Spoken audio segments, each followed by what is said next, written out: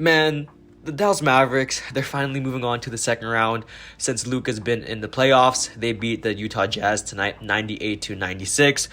Great game from Jalen Brunson and Luka Doncic. Both of them did very great. Spencer Dinwiddie off the bench, absolutely amazing. And we're going to go over the game talking about the box score, talking about the Mavericks. And they're going to be versing the Suns in the second round. So what's up? My name is JDC. If you like the video, drop it down below. Subscribe to the channel. I'd appreciate it. Let's get into the video. So we got a lot to talk about here. First, we got Luka Doncic with 24 points, 9 rebounds, and 8 assists, 2 steals, and 2 blocks on 8 of 21 from the field and 4 of 10 from 3. Very inefficient game, 8 of 21, but majority of the offense was going to Luka, and, obviously he's their main focus on offense and being basically the primary ball handler, and worked out mostly today. A lot of times in the crunch, they really went to Luka a lot. And that's really the huge weakness for this team, is that they really rely on Luka too much. Now, they do have Jalen Brunson, who has actually been proven to be a great scorer for them. But especially in the crunch time, they're not really looking for Brunson. So I would like to see Brunson a little bit more involved in the game plan late in the quarter.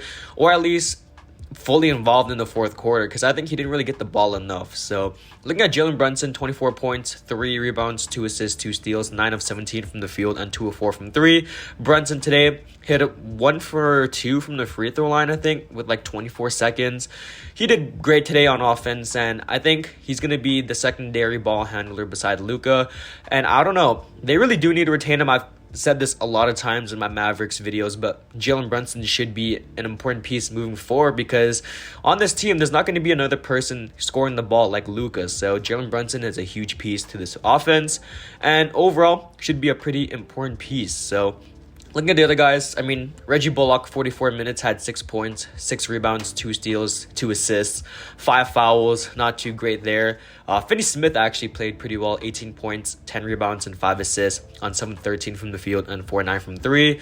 Finney Smith, this playoff run was pretty great, and he's proving to be a really valuable piece.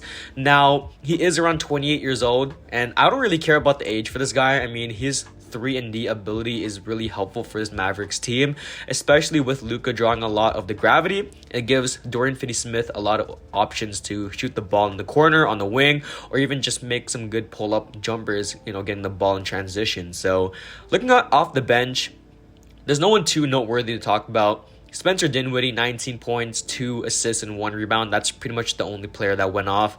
Kleber had 7 points and 6 rebounds, 3 assists in 23 minutes. So great game off the bench. But that's also a huge weakness for this team, is that their bench is pretty shot. Josh Green played 2 minutes, Bertans 2 minutes. But everyone else played heavy minutes. Dwight Powell only played 11 minutes in the starting lineup. He's really just there to hold it down on defense and grab rebounds and be just the basically role-playing center, and he played it pretty well today. But they really do need to go out and get some more pieces off the bench, because I think their bench depth isn't enough to win the finals just yet. So great game from the Mavs. Overall they shot 45% from the field and 40% from 3. So great overall game from the Mavs. They're going to be versing the Suns. That's going to be an interesting playoff series. Chris Paul versus Luka Doncic, old versus the new, DeAndre Ayton. They're going to have a pretty hard time containing Ayton in the post, with Maxi Kleber and Dwight Powell being the only centers. But at the same time, it's DeAndre Ayton, so hopefully they can at least try to contain him. Isn't too really offensive oriented, but I don't know. I think Ayton might be a bit of a problem for this team, especially with the Mavs being pretty undersized. And Devin Booker should be fairly healthy for the playoffs too. So hopefully Jalen Brunson can at least guard his assignments. He isn't that much of a perimeter defender or even a defender at all. So hopefully Jalen Brunson can hold himself there. So looking at the Jazz side of things, man, down in the fourth, they're really choking. Bojan Bogdanovic had an open 3 to send the game to 7 games.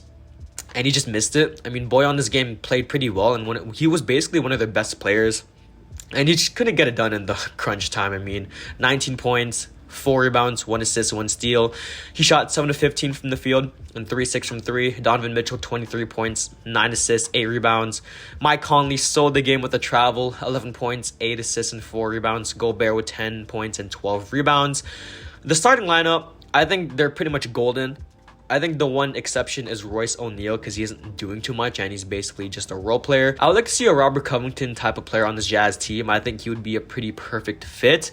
But I know in the offseason, since they lost in the first round, there's going to be a lot of changes. And I think either Donovan Mitchell or Rudy Gobert, either one of them are going to be gone. And in my opinion, I think it's going to be Rudy Gobert because he is 29 years old compared to Donovan Mitchell, who is around 25 years old. So 4-year difference right there. So they can just build around Donovan Mitchell.